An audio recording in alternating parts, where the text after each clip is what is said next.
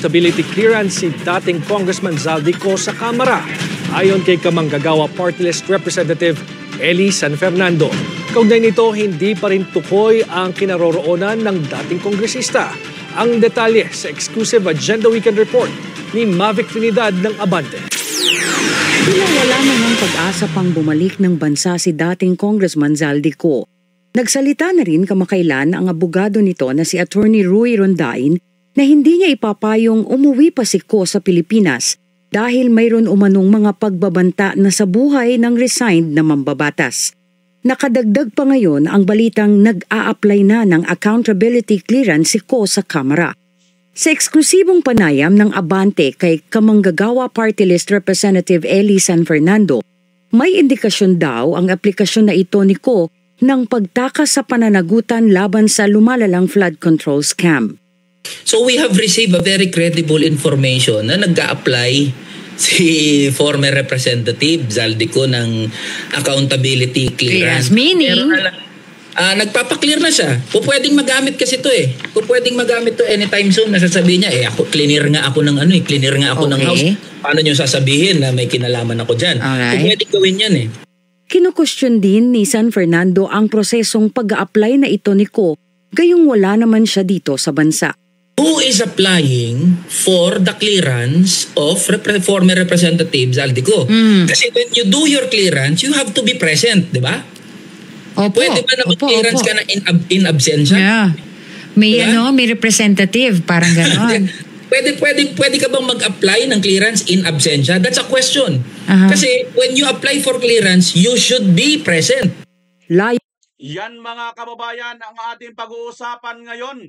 At ito nga po si Bindalo Ombudsman Remulla ay na-fake news. Nag-fake news na naman po ito at lahat po ng mga mainstream media ay binalita po ang kanyang fake news mga kababayan. Sapagkat kahapon lang ay umugong po sa buong Pilipinas itong mong balita di umano na mayroon pong warrant of arrest ang ICC laban dito kay Senator Bato de la Rosa ayon po kay Ombudsman Boyeng Bindalo Remulla. Mga kababayan, ano ba ang katotohanan dito? Panoorin niyo po ang buo ng video ito sapagkat mapapanood po natin ang tunay at papaano po ang gagawin nila. Totoo ba ito? Ano ba ang nakapaloob dito? Bakit ganito ang mga pronouncement ni Boyeng Remulla na napakalakas ng kanyang loob? Sabihin po ito. Samantalang ang ICC mismo ay wala naman po talagang sinasabi na mayroong warrant of arrest itong si Senator Bato de la Rosa. Dito pa lang mga kababayan, maliwanag po sa sikat ng araw, ginagamit po nila ang mainstream media, ginagamit po nila ang kapangyarihan po ng ating pong mga gobyerno para po sa kanilang sariling political agenda at interes upang gipitin po nila ang kanilang mga kalaban. Ngunit mga kababayan, ang tanong ko sa taong bayan, papayag ba kayo na lahat na lang ay kunin nila at ilagay nila sa sarili nilang kagustuhan, sarili nilang political agenda ang batas ng Pilipinas? Mga kababayan, yan po ang ating pag-uusapan ngayon. At sa mga bago pa lang nakabisita sa aking channel, humihiling po ako na paki-like, paki-share, paki-subscribe ang video ito. Kung hindi ka pa subscriber, pakipindot ang notification bell all nang sa ganon ay lagi kang updated sa lahat ng aking mga upload. Maraming salamat kabayan. Tatanungin kong malaking utang na loob sa amin ito. Okay, tuloy na po natin mga kababayan. Tapusin lang muna natin ito si Eli San Fernando, Congressman, kasi nga may punto pa kanya sinasabi. Biruin mo, na, habang hinahanap pala natin si Zaldico, ay ang mukong nag-a-apply pala ng clearance. Ano yun? Nagpapa-clearance pala. So ibig sabihin mga kababayan, maliwanag po ito kung totoo ito sinasabi ni Eli San Fernando, ito daw si Zaldico, kung nag-apply siya ng clearance dito sa dati niyang opisina ng Congress, di ba? Meaning to say, mayroon pa po siyang ugnayan sa Kongreso. Mga kababayan, ito po ay maliwanag na sabwatan po ng isang nagtatagong kriminal at ito pong isang atin pong sangay ng gobyerno which is ang Congress. Yun po ay aking opinion lang po mga kababayan. Kung totoo po yan mga kababayan, Kung hindi naman totoo, ay di mali po ang aking opinion. Okay? Ayon ang pagbubunyag na ito ni San Fernando ay para ipaalam sa taong bayan ang mga galaw ni Ko sa kinasasangkutang anomalya. Gaya ng panawagan ng marami, nais din ni San Fernando na bumalik na ng bansa si Ko at sagutin ang mga aligasyon laban sa kanya. So kaya panawagan din natin kay ex-representative Zaldico, Rep, ano na po kayo, bumalik na po kayo, sagutin niyo po itong mga aligasyon patungkol dito sa flood control anomaly, and we will file a resolution. Hindi lang po clearance sa hindi lang po clearance sa House, kundi clearance sa iba't ibang mga ahensya ng gobyerno. Baka kasi mamaya may mga clearance din na nire-request. Tapos biglang i-clear na mga opisina, di ang magiging itsura niyan, paano nangyari yun? Tanging ang Finance o Accounting Department na lang ang hindi pa raw pumipirma sa accountability clearance na in-apply ni Ko. Sa muling pagbubukas ng sesyon sa Hala mga kababayan, totoo ba yan? Hala, ilan na lang daw ang hindi pa pumipirma? Kung panoorin nga natin ulit. Department na lang ang hindi pa raw pumipirma sa accountability clearance na in-apply. Tanging ang Finance o Accounting Department na lang ang hindi pa raw pumipirma sa accountability clearance na in-apply ni Ko. Sa muling pagbubukas ng sesyon sa Lunes, agad na ihahain ni San Fernando ang isang resolusyon para questionin ang naging pagkilos na ito ni Ko sa Kamara. Para sa Agenda Weekend, Mavic Trinidad, Abante. Yun na nga mga kababayan, nakakagulantang, nakakatakot po itong Parang balita ganon. ito sapagkat biruin nyo mga kababayan, ito pa daw si Zaldico, ang clearance na lang po niya ay isa na lang po ang hindi nagbibigay, yung finance. Naku mga kababayan, mukhang makiklear na po si Zaldico dito nga po sa Congress na kanya pong dating kasamahan na sinasabi nga po wala na pong pakialam sa kanya dahil nilalaglag na nga eh. Pero itong balita na ito ni Congressman San Fernando. Kung anong katotohanan dyan mga kababayan, ay hayaan po natin ang mga mainstream media po mismo ang magpalabas ng totoong balita. At ito po ang totoong balita mga kababayan na ipinapalabas ng mga mainstream media at umikot po ito, gumulong po ito kahapon, panoorin po natin. Mismong si Ombudsman Boying Remulla ang nagsabi na ipinaaresto na ng ICC si Senator Bato de la Rosa kaugnay sa madugong war on drugs. Nasa frontline ng balitang yan si Camille Samonte. May inilabas na raw ng warrant of arrest ang International Criminal Court laban kay Senator Bato de la Rosa. Ito ang kinumpirma ni Ombudsman Boying Remulla sa News 5 ngayong araw. Kaugnay ito sa madugong kampanya kontra droga ng administrasyon ni dating Pangulong Rodrigo Duterte na tinatawag na Oplan Tokhang.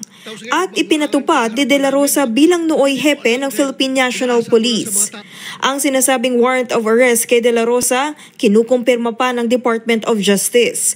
Ayon kay DOJ spokesperson Attorney Rafael Nicolo Martinez, wala pa silang nakikita o natatanggap na kopya ng arrest warrant. Pati ang Center for Transnational Crimes, wala pa raw natatanggap na red notice mula sa ICC, ayon kay Interior Secretary John Vic Remulla. Wala pang pahayag sa Senator De La Rosa hinggil dito. Sinusubukan pa ng News 5 na kunin ang kanyang panig at ang kanyang lokasyon. Kahapon lang, nag-post siya sa pagbisita niya sa mga naapektuhan ng Bagyong Tinyo sa Cebu. Sa isang post naman ng kanyang kaalyado at counsel na si Attorney Israelito Torion, sinabi nitong aware sila sa arrest warrant umano laban kay De La Rosa, pero hindi pa raw nila ito makumpirma. Hintayin daw muna ang verified information mula sa mga otoridad o sa mismong ICC. Kung totoo man, nagtitiwala raw sila na aaksyon ng gobyerno ng Pilipinas nang naaayon sa batas at dadaan muna sa local judicial confirmation base sa konstitusyon at due process. Wala pang pahayag ang Malacanang tungkol sa umano'y arrest warrant kay De La Rosa. Ayon naman sa abogado ng mga biktima, Ganyan naman yan si Marcos, di ba mga kababayan? Wala pong kalam-alam yan. Tungkol din sa impeachment kay Vice President de Sara, wala akong alam dyan. Hindi ko yan alam, wala akong pakialam dyan. Puro ganyan si Marcos, laging hugas kamay, di ba? Pagkatapos mga kababayan, kay Tatay Digong, wala akong dyan, wala kami pakialam dyan. Ayan nangyayari, walang pakialam. Pagkatapos nang nandun na, ay yun yung nasa batas eh. Gago. Di ba mga kababayan, ganito po tayo ginagago nitong Marcos Bangag administration na ito.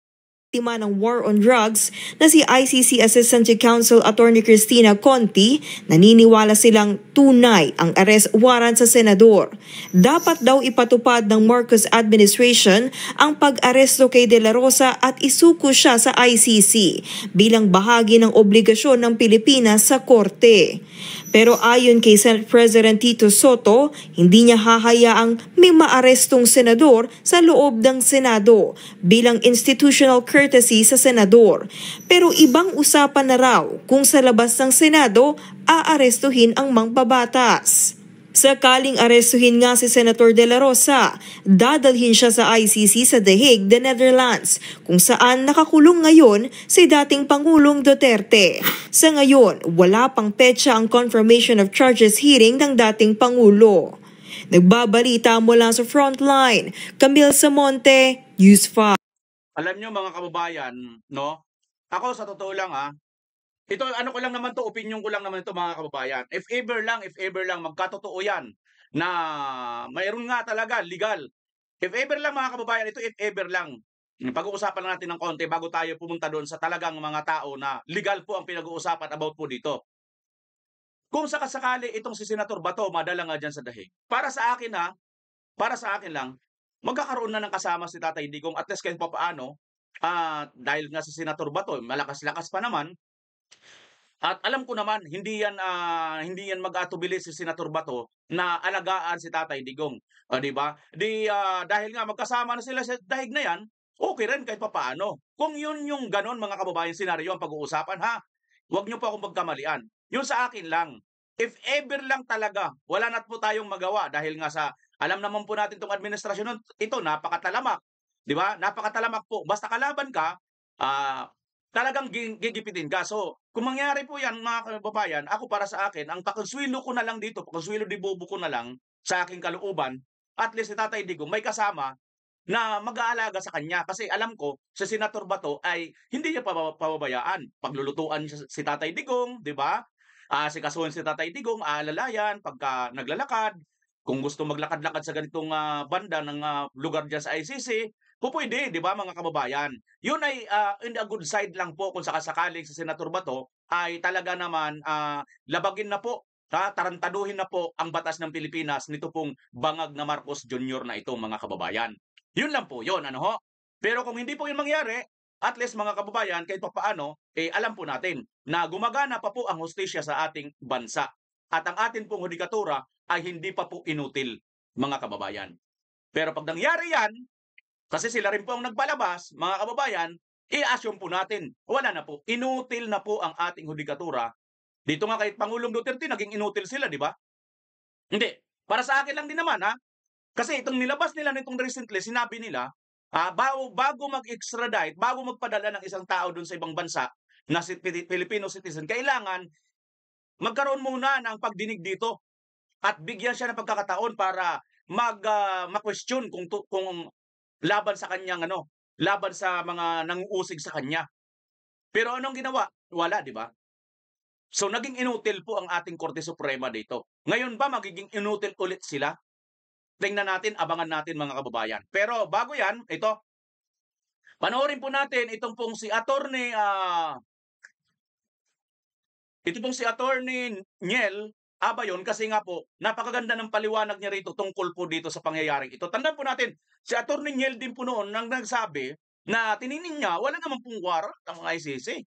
So ito ngayon mga kababayan, ano ba ang paliwanag dyan? Bakit yung warrant na yan, tila bagang bigla-bigla na lang dumarating at lumalabas mga kababayan? Panoorin natin. Meron daw pong ICC warrant of arrest si Senator Bato de la Rosa according to Ombudsman Remulla. Okay? Pero before po kayo maging mainit yung mga DDS supporters and the anti-DDS group, ang masasabi ko lang po is relax lang po muna tayo. Diba? Tingnan muna natin yung actual facts kung meron ba talagang ICC warrant. And then pangalawa po, tingnan din natin kung ano ba talaga yung sinasabi ng batas regarding this issue, considering meron ng bagong rules na nilabas sa extradition po yung Supreme Court recently lang. Okay? And the reason po kaya ako sinabi na relax lang po tayong lahat kahit na po DDS or anti-Duterte tayo is because this involves po, we have to remember, a Filipino citizen who is going to be surrendered to a foreign country kung magtuloy-tuloy talaga to, di ba? And if that involves the surrendering of a Filipino citizen, that affects all of us po, considering that can be argued po as a violation of our sovereignty as a country. Okay? So yan po ang masasabi ko. Unang-una, relax lang po muna tayo. Intindihin muna natin talaga yung actual na mga nangyayari at kung ano ba talaga yung sinasabi ng batas natin regarding sa mga issues na to. Okay? And the reason po pala kaya ako sinabing bending news is because this came from Ombudsman Remulla. Pero kung titingnan po natin yung mga other government offices natin, specifically from the executive branch, ang sinabi po nila ay wala pa silang natanggap na information about this na meron ngang ICC warrant. And then nagsalita na rin po yung ICC spokesperson na wala rin daw po silang any warrant pa. And the only case involving a Filipino citizen is the one that is pending, which is currently involving po si former President Rodrigo Roa Duterte. Okay? Kaya ako nasabing bending news kasi kahit ako po naguluhan eh. Si Ombudsman Remulla lang po at present ang nagsabing meron, pero everyone else po sa government, lahat sinasabing wala. And even the ICC rin po sinabing wala. E di, ang dating sa akin ngayon is bending news pa lang siya. Okay, pero anyway po. Ayan, bending news at hindi lang po bending news, maliwanag pong fake news mga kababayan. Ayon po yan sa ICC dahil wala naman pong warrant of arrest eh. So, pati itong mga mainstream media na nagpakalat po nito, bakit hindi nyo i-call out si Ombudsman Remulla? Fake news po ito, maliwanag mga kababayan, di ba? O, pagka kami lang po ng mga vlogger, sasabihin ninyo fake news, okay lang sa inyo, ganun lang, no? Ay, naku naman, napapaghalataan kayo eh. Pag vlogger lang ang nagbabalita, sasabihin nyo fake news. Eh, ito ngayon, mismong si Ombudsman Remulla, ombudsman na mismo ang nag-fake news, binalita nyo rin, fake news din kayo mga mainstream media, di ba? Maliwanag yun mga kababayan. Lahat po ng mga nagbalita dito, sa warrant of arrest kuno ni Senator Bato, maliwanag pong fake news niyan. Okay? Fake news yan, lahat ng mga mainstream media, pero mga mainstream media dito, nagtatanga-tangahan, nagdibingi-bingihan din. Bakit? Ang tanong, mga kababayan. Ang tanong, magkano? Hindi, magkano yung halaga ng jutak ng taong hindi nakakaintindi. Yun po nga ibig sabihin. Magkano ang tanong? Doon sa mga taong tatanga-tanga at loyalista nga at pingtae na ang utak ay laman puro tae, kaya hindi nakakaintindi. Okay, gets mo? Kung hindi mo na gets, yun nga ang utak mo. Tuloy natin mga kababayan si Attorney. Let's look at actual news articles regarding this para mas klaro po talaga tayo. So, ang magiging basihan lang po ng discussion natin for today is itong sa Newswatch Plus Philippines kasi ito yung maganda po pagka-present nila nito ng mga happening so far regarding this issue. Maganda yung presentation. So, unang-una niyan, 4 hours ago, sabi nila, ICC warrant for Senator Bato. And then sabi, update, the International Criminal Court has issued an arrest warrant against Senator Bato de la Rosa, Ombudsman Jesus Crispin Remulla. So, ito po si Ombudsman Boying said in a radio interview. Pero sabi po, next naman, Department of Justice said it is still verifying the information. As of this hour, we are currently working to verify this information. We have not also seen or received a copy of said warrant. Justice spokesperson Paulo Martinez said. And then si Interior Secretary John Vic Remulla, DILG naman po, said that as of 11:30 a.m., the Center for Transnational Crimes has not received any red notice against De La Rosa, the chief implementer of the Duterte administration's war on drugs. Okay? And then after po niya, naglabas din po si Senator Bato mismo yung camp naman niya regarding this. So this one po was via Attorney Israelito P. Torion, counsel of Senator Ronald Bato de la Rosa. Okay, so sila Senator Bato rin po wala pang natanggap na verified information regarding this.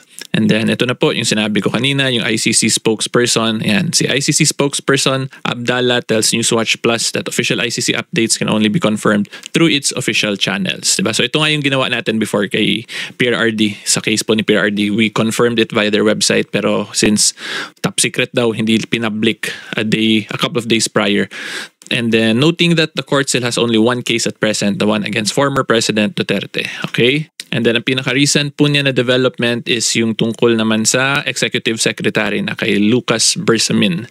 ES Lucas Bersamin noted it will not be the same process of enforcement if an Interpol notice were to emerge for De La Rosa. The Supreme Court has since come out with a new rule on extradition requiring a prior resort to a court before the person subject of extradition may be brought out of the country, the Executive Secretary said.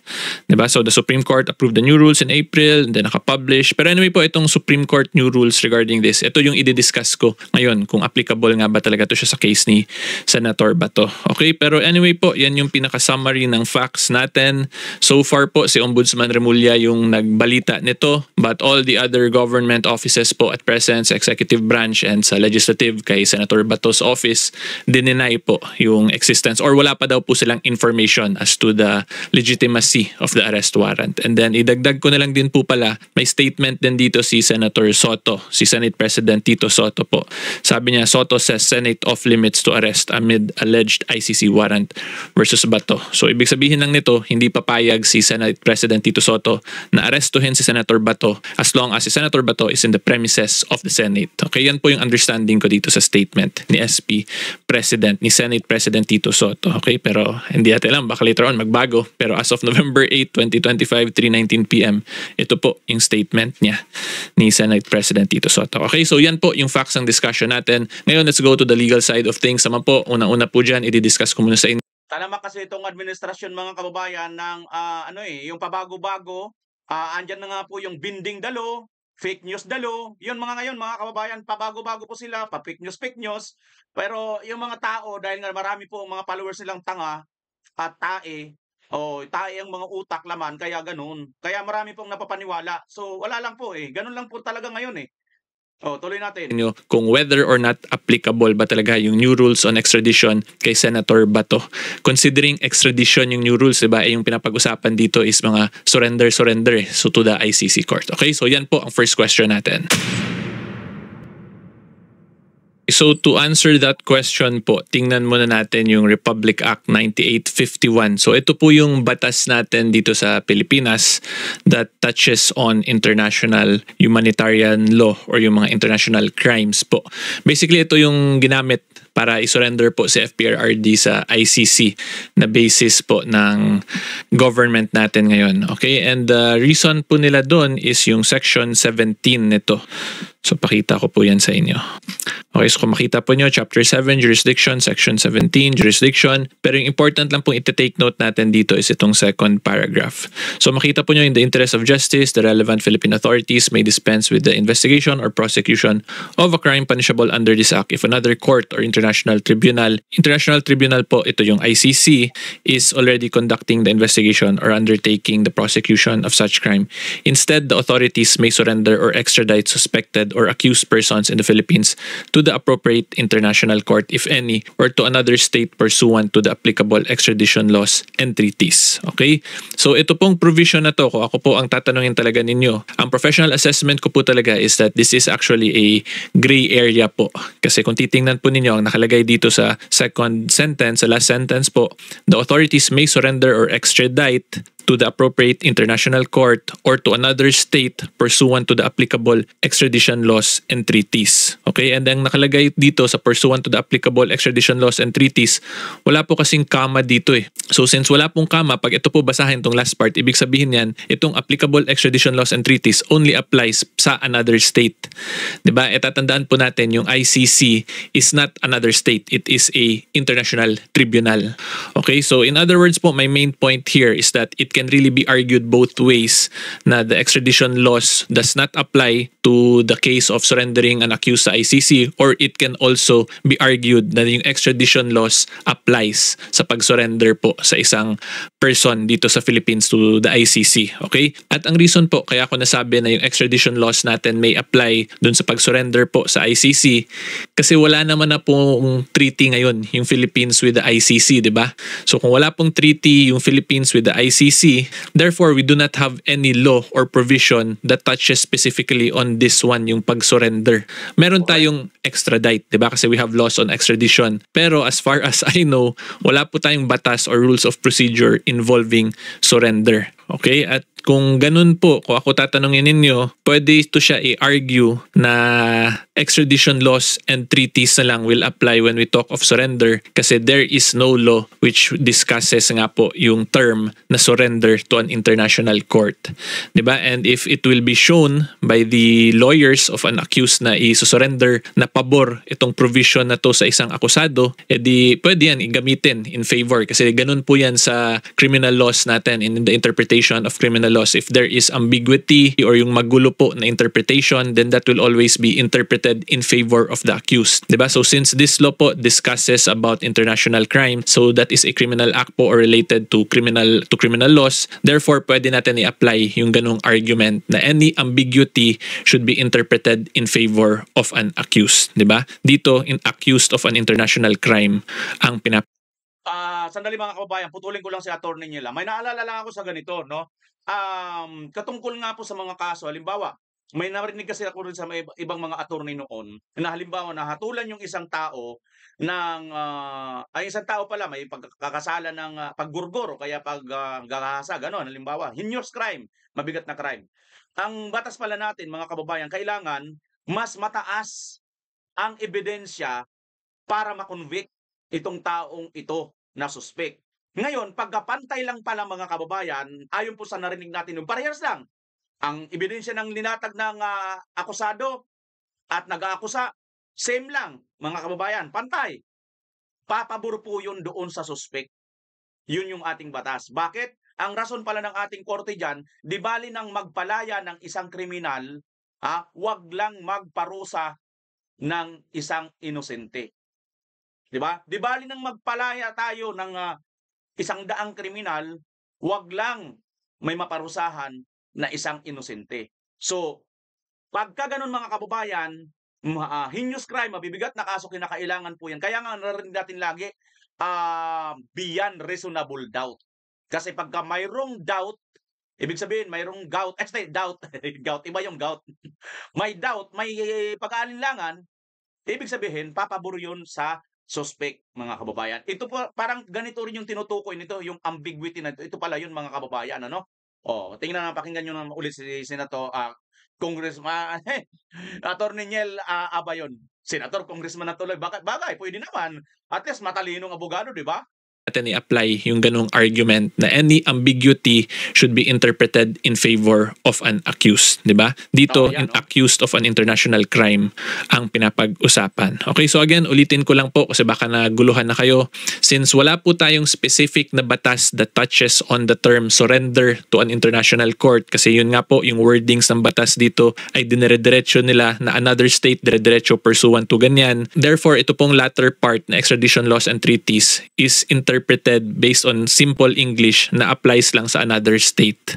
Okay? Pero since yun nga po, there is room for argument, so there is ambiguity in a sense, so pwede po i-argue yan ngayon ng isang akusado na ito dapat extradition laws and treaties ay i-apply din sa kanya pag mapakita niya na favorable yun sa kanya. Okay? Because again, every time there is an ambiguity, it is always interpreted in favor of an accused in criminal laws po natin. Okay? At yung isa pa po na kailangan natin i-take note dito, kung talagang i-insist ng abogado na isang akusado na wala tayong batas involving surrender, di ang ibig sabihin po niyan, bawal talaga ang Pilipinas mag-surrender ng isang tao, may it be a Filipino citizen or a foreign citizen na nire-request po ng isang international court or international tribunal. And tatandaan po natin, ito po kasing mga issues na to na dinidiscuss natin, these are all cases or matters of first impression, meaning this is the first time na nagkaroon ng ganitong legal issue sa bansa natin. So there is really room for argument, di ba? Depende na lang po yan kung ano yung mga general principles of law na i-apply ng mga bawat abogado. So kung ako po tatanungin ninyo, I will be applying the provision or the criminal law principle that every time there is an ambiguity, it should always be interpreted in favor of the accused. So yung first argument ko po dyan, since there is no law that touches on surrender, so ang gagawin po, extradition laws and treaties na lang yung i-apply sa isang akusado kasi pabor naman yun sa kanya. 'Di ba? At yung second pa na pwede pa natin i-argue dyan, since wala pong batas that touches on or clearly discusses how to surrender an accused on international court, edi dapat hindi po talaga mag-surrender ang Philippine government ng isang akusado to the international court. Okay, yan po yung mga possible room arguments niyan. And ngayon po, i-discuss ko naman sa inyo yung new rules natin on extradition, kung ano yung procedure na sinabi po ng Supreme Court.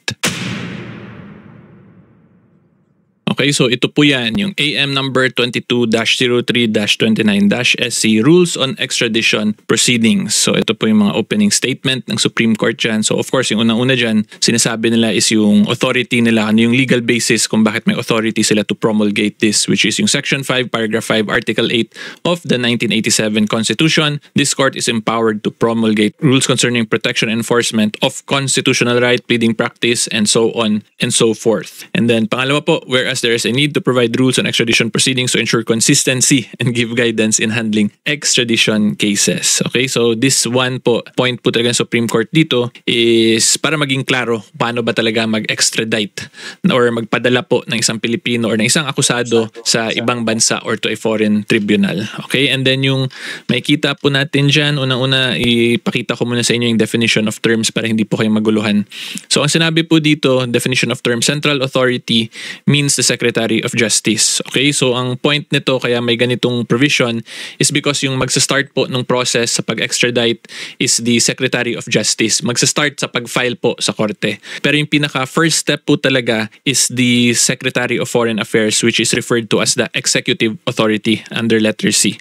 Kasi sila po yung maka-receive ng request from the international court or from another country. Okay, ang nakalagay dyan, who shall transmit to the central authority the request for extradition. Okay, so yan po yung proceedings. Una po, DFA muna makatanggap ng request and then ipapadala yan ngayon dun sa DOJ para i-prepare na yung mga documents to file the appropriate paperwork for the extradition. And then yung proceedings po niyan, ayan, makikita po nyo, an action for extradition is commenced by the filing of a verified petition by the central authority before the extradition court. At ito pong extradition court, this is a second level court. So when you say second level court, ito po yung mga regional trial court natin. Nandito po yun actually rin sa taas, ipakita ko na nga lang din po para sigurado talaga tayo. Yan. So letter F, extradition court means a second level court which a petition for extradition is filed where the extraditee resides, or if unknown, the court that has jurisdiction over the place where the office of the central authority is located. Okay? Anyway po, going back to the proceeding.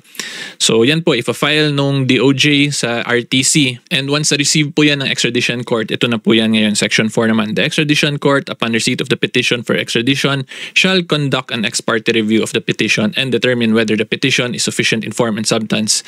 It complies with the law and the applicable extradition treaty, and 3, there is probable cause that the same, ganyan, so on and so forth. In other words po, i-verify yung legitimacy ng international warrant of arrest or yung request po ng ibang bansa or ng international court ng extradition court bago siya mag-release nitong extradition warrant of arrest. Okay? So again, this is for verification and authentication purposes po, kasi mahirap naman na ipakitaan ng kayo ng papel dyan or document tas arestuhin kayo tas hindi man lang kayo mabigyan ng opportunity to defend yourself and to question whether or not legitimate ba talaga yung document na yon na pinapakita sa inyo. Okay? Pero dito po, kinlarify na the extradition court will review everything first to determine the genuineness, the authenticity, and the legality basically of the international request or of that international warrant of arrest. Okay? So stated differently po, ang gusto ko lang talaga i-point out, hindi pwede arestuhin ang isang akusado na isosurrender or extradite to a foreign body, to a foreign court, to a foreign country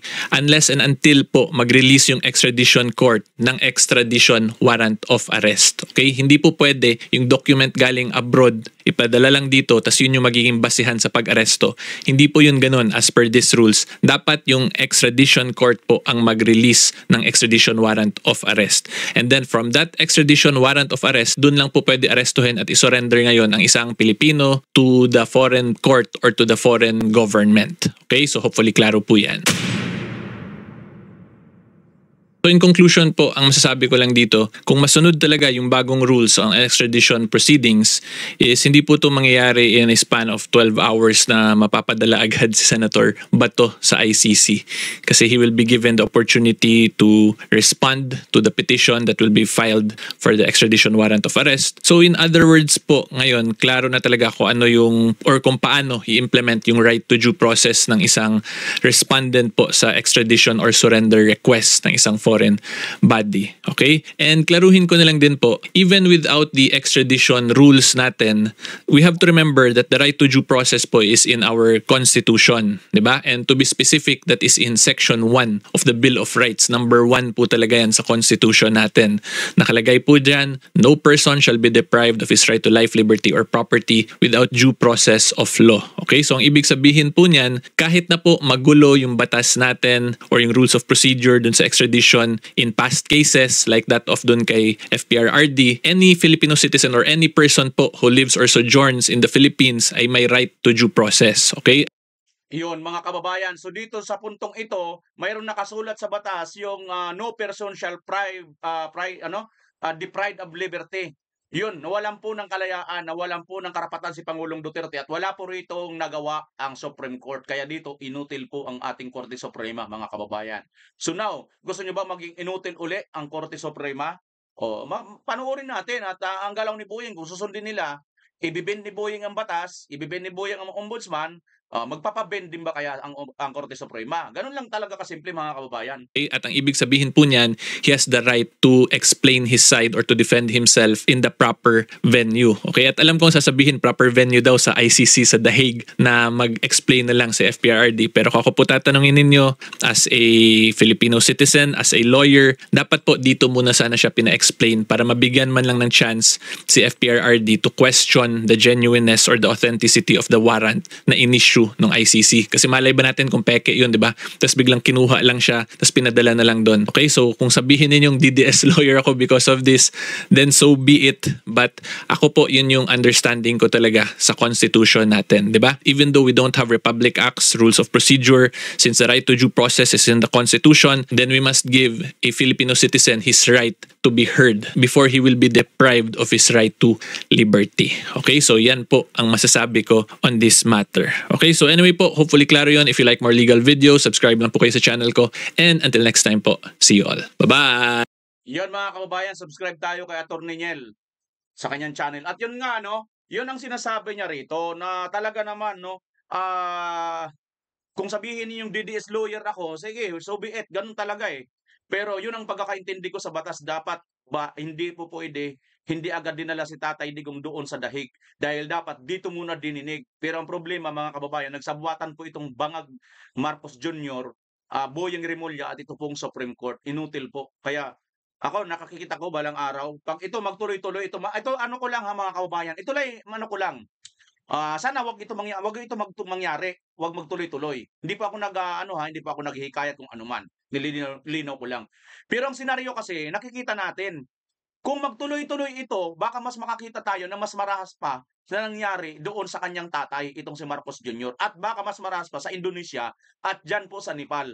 Kasi ang nangyari sa Indonesia, nangyari sa Nepal, nangyari sa tatay nitong si BBM, same na same din ngayon. Matindi din po ang pang-aapi at panggigipit at ang pagbalahura nila sa batas ng Pilipinas at ang mga karapatang pantao, mga kababayan. Matindi po ito dahil hindi po isa lang ang sindikato po eh.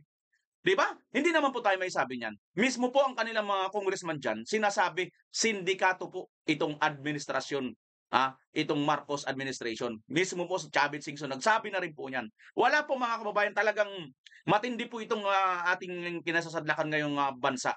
Itong pangulo natin ngayon kasi nga po bangag. Hindi po nagpapa-hair follicle drug test. Takot po. Bakit ka takot? Hindi ba naman multo yan na hindi ka na nga takot sa multo, di ba? Bakit takot ka magpa-hair follicle drug test? Doon lang kasimple, mga kababayan, di ba? So ito, maliwanag pa sa sikat ng araw. Yung ginawa nila kay Tatay Digong, nagpalabas na ang Korte Suprema na sinasabi nga na hindi yung tama yung ginawa nila kay PRRD. Ngayon naman, ito naman si Senator Bato na naman ang gusto nilang kuhanin. Well, anyway mga kababayan, ito mismo kay Atty. Roque, puntahan natin sa dahig kung ano ba talaga ang totoo about dyan. Kasi nasa dahig na si Atty. Roque, di ba? O, panoorin natin mga kababayan. Nagulantang ng aking pagkagising, ang unang-unang nakita ko sa aking cellphone ay ang balita na sang-ayon kay Ombudsman Boying Remulla ay nag-issue na raw ng warrant of arrest ang ICC. Siyempre, ang nasa isipan ng marami, kung nakuha nilang kinidnap si Tatay Digong papunta rito, kikidnapin ba nila uli si Senator Bato papunta rito, no, sa Hague? Well, bago tayo pumunta ron, merong issue. Dapat ba natin paniwalaan si Ombudsman Remulla na meron ng warrant of arrest, gayong wala pa namang balitang ganyan sa webpage ng ICC, at sabi nga ng tagapagsalita ng ICC, ang tanging official source of information ay ang webpage ng ICC. At sinabi rin ng kapatid ni Ombudsman Remulla na si Secretary Remulla ng DILG na wala rin silang notice, no, na nasa red notice list na ng Interpol si Senator Bato. Well, unang-una po, sa tingin ko po, kinakailangan paniwalaan ang sinabi ni Secretary Remulla. Bakit? Well, naranasan na po natin yan sa kaso ni Tatay Digong. Isa sa pinagsisisihan ko, habang ako po ay wala na sa Pilipinas, tinanong po ako ni Executive Secretary Medialdea noong mga panahon na sila nasa Hong Kong. Hari, sa tingin mo ba, meron na bang warrant of arrest ang ICC labang kay Tatay Digong? Ang sinagot ko, well, check ko muna ES. So pinuntahan ko webpage ng ICC, walang balita. Tinignan ko ang Interpol, walang red notice alert kay Tatay Digong kasi nasa computer naman po yan. Tinawagan ko pa ang mga estudyante ko na nasa DFA para ipatanong kung merong notice na nakuha ang embahada sa Netherlands sa warrant of arrest na in-issue o kung merong ang na-issue warrant of arrest kay Tatay Digong. Ang sagot, wala. So matapos ko ma-check sa webpage ng ICC, sa webpage ng Interpol at doon sa mga taga-Philippine Embassy na wala pang warrant of arrest sa kanilang pagkakaalam, ang sabi ko kay ES, sa tingin ko wala pa kasi ito yung mga tinawagan ko, chinek ko at wala namang kahit... Mga kababayan, ito tingnan nyo po ito. Panuorin lang po natin na tuloy-tuloy natin pakinggan itong si Attorney Harry Roque sapagkat mga kababayan, ganito pa lang ginagawa ng ICC, no? Talagang sinasadya pala nilang itago itong kunwari, wala daw pong warrant of arrest pero mayroon pala sila. Saka na lang nila ibubulaga itong mga kababayan, no? At itong si Boying Remulla, hindi natin malaman kung fake news or totoo kaya, no? Kasi kung fake news ito, bakit hindi kinukull out, di ba? Kasi sinabi mismo ng ICC, wala pang warrant to. Fake news si Remulla, di ba? Pero bakit binalita pa ito ng mga mainstream media? Di ba? At yung mga mainstream media, wala rin nagkukull out na fake news kayo. O mga kababayan, kasi bandang huli siguro, tinatago lang itong warrant ng ICC, nandyan lang talaga sa kanila, ipinaalam na lang sa kanila, tapos itong ICC, sasabihin nila, hindi nila ipapakita. Kasi nga, talagang sinasadya nila ito sikreto. Pero ang totoo mga kababayan, mayroon talaga. Kaya siguro, hindi ko malaman kung sino sa kanilang fake news. ICC ba? O itong mga media, o itong si Remulla? O manlilin lang itong ICC na ito at mangingidnap itong administrasyong Marcos Bangag Jr.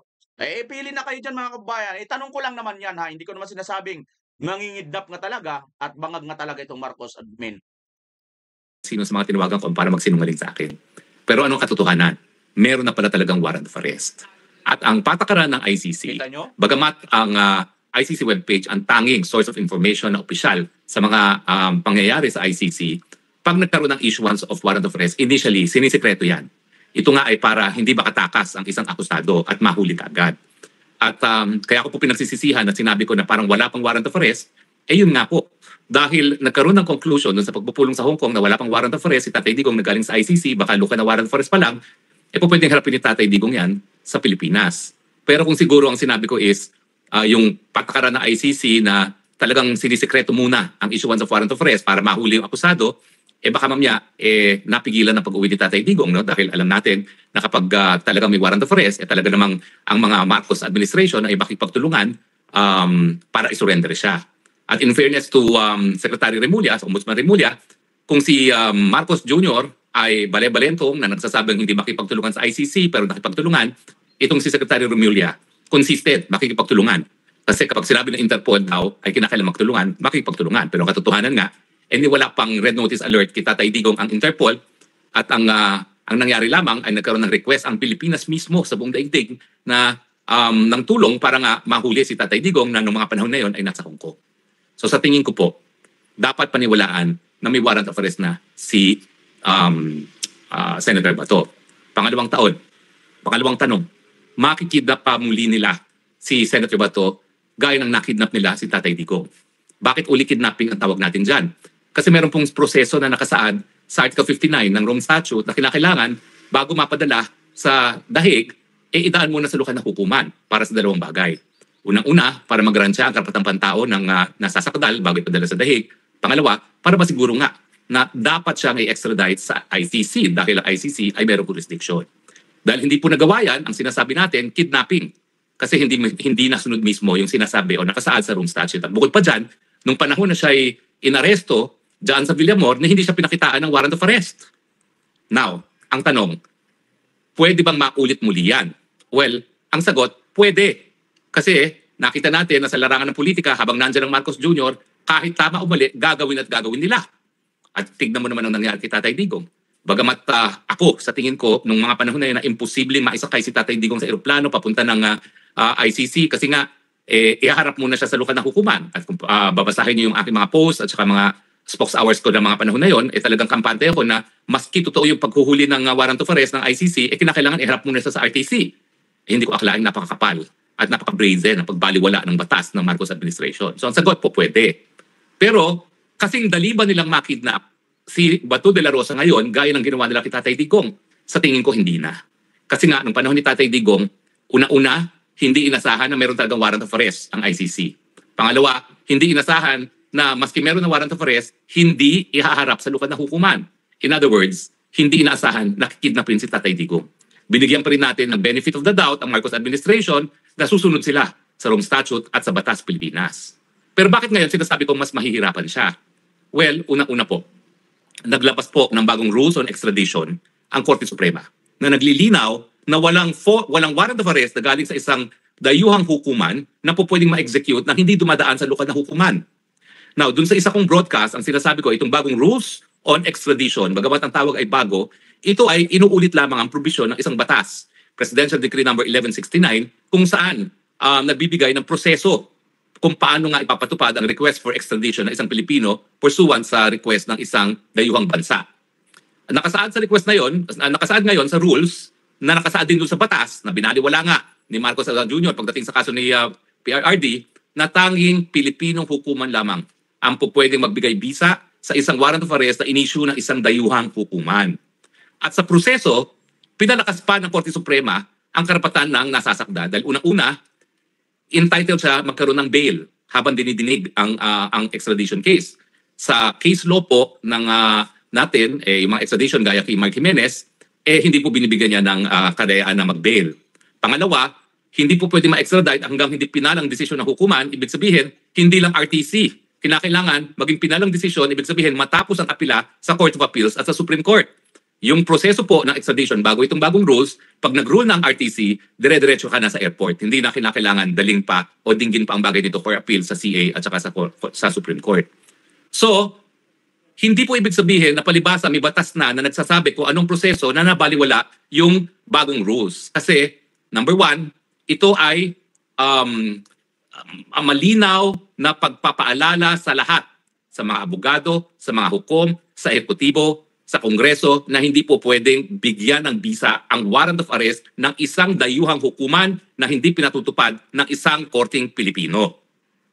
Alam nyo, one of the functions of the court is also to educate.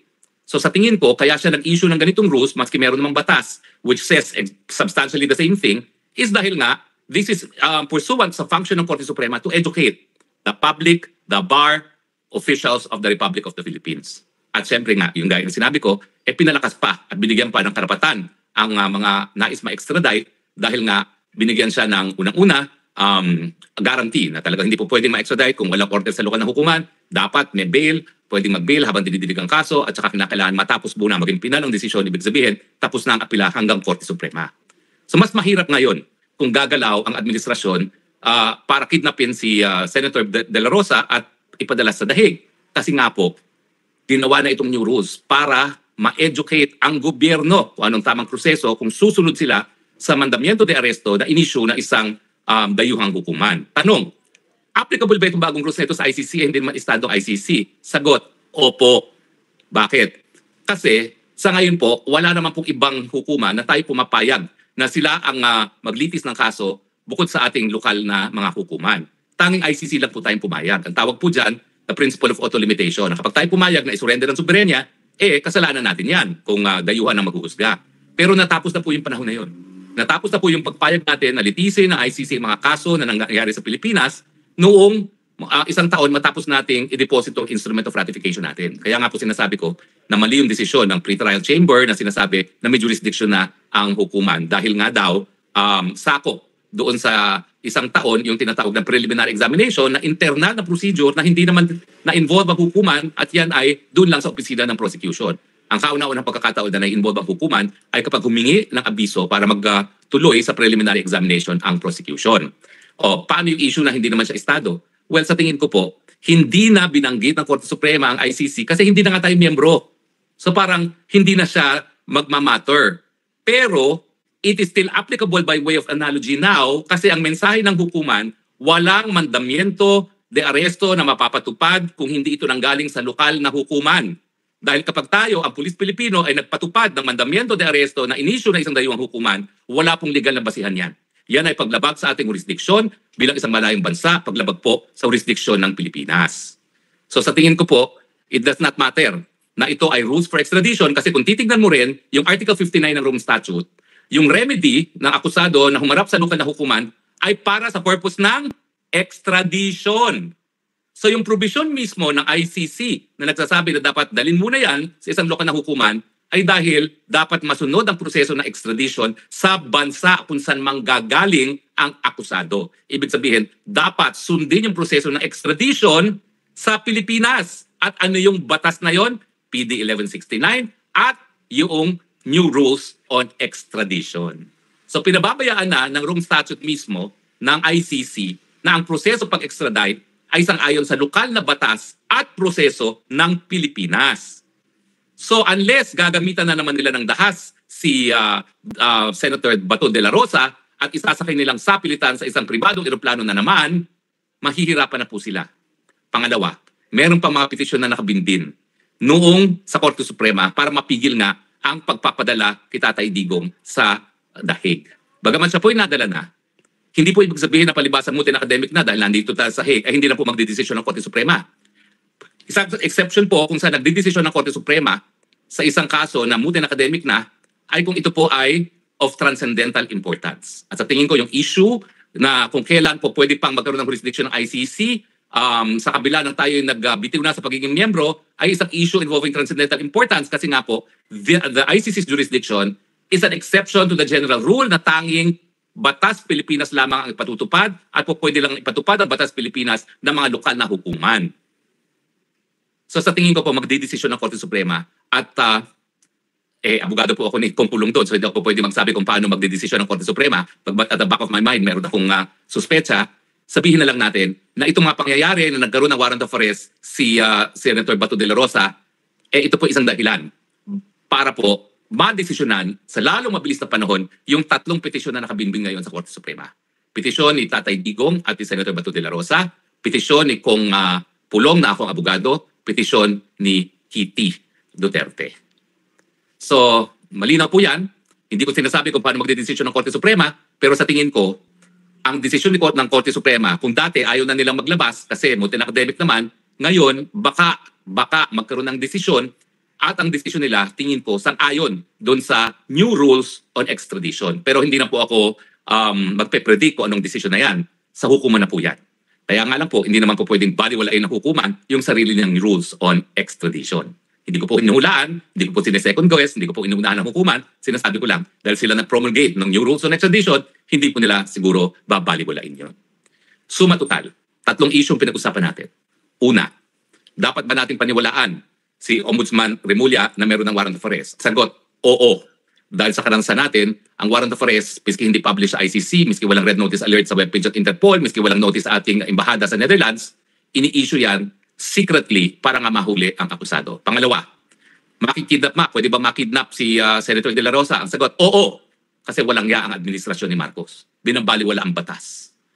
kung anong gusto nilang mangyari, gagawin nila yon. At ang mensahe nila, kayong mga kalaban namin, wala kayong takas. Pakukulong namin kayong lahat sa tama o hindi. Pangatlo, kaya ba nilang gawin yon na kasing dali ng ginawa nila kay Tatay Digong, yung kinidnap nila sa Tatay Digong? Hindi.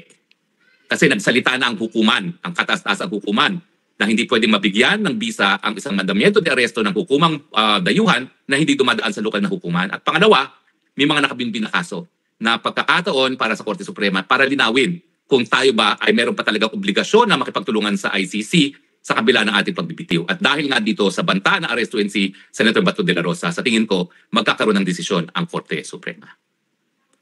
Ang aking paninindigan, well, paulit-ulit ko naman po sinasabi, wala na pong jurisdiction ang Korte Suprema. Ako po isang ayon dun sa dalawang judges ng Appellate Tribunal ng ICC nung sila ay nagkaroon ng dissenting opinion dun sa issue kung dapat pa magtuloy ang preliminary investigation laban kay Tatay Digong. Ang sabi ng dalawang dissenting judges, dahil wala naman sa pilitan ang membership sa ICC at ang jurisdiksyon ay nakasalalay sa pagpayag ng mga bansa na kilalanin ang jurisdiksyon ng hukuman, wala ring pamamaraan para pilitin ng mga bansa na manatiling miyembro ng ICC. At dahil dito, may karapatan ng ICC, may karapatan ng mga bansa na kasapi ng ICC na bumitiw, gaya ng pagbitiw ng Pilipinas at gaya ng pagbitiw din ng bansang Hungary, kailan lamang.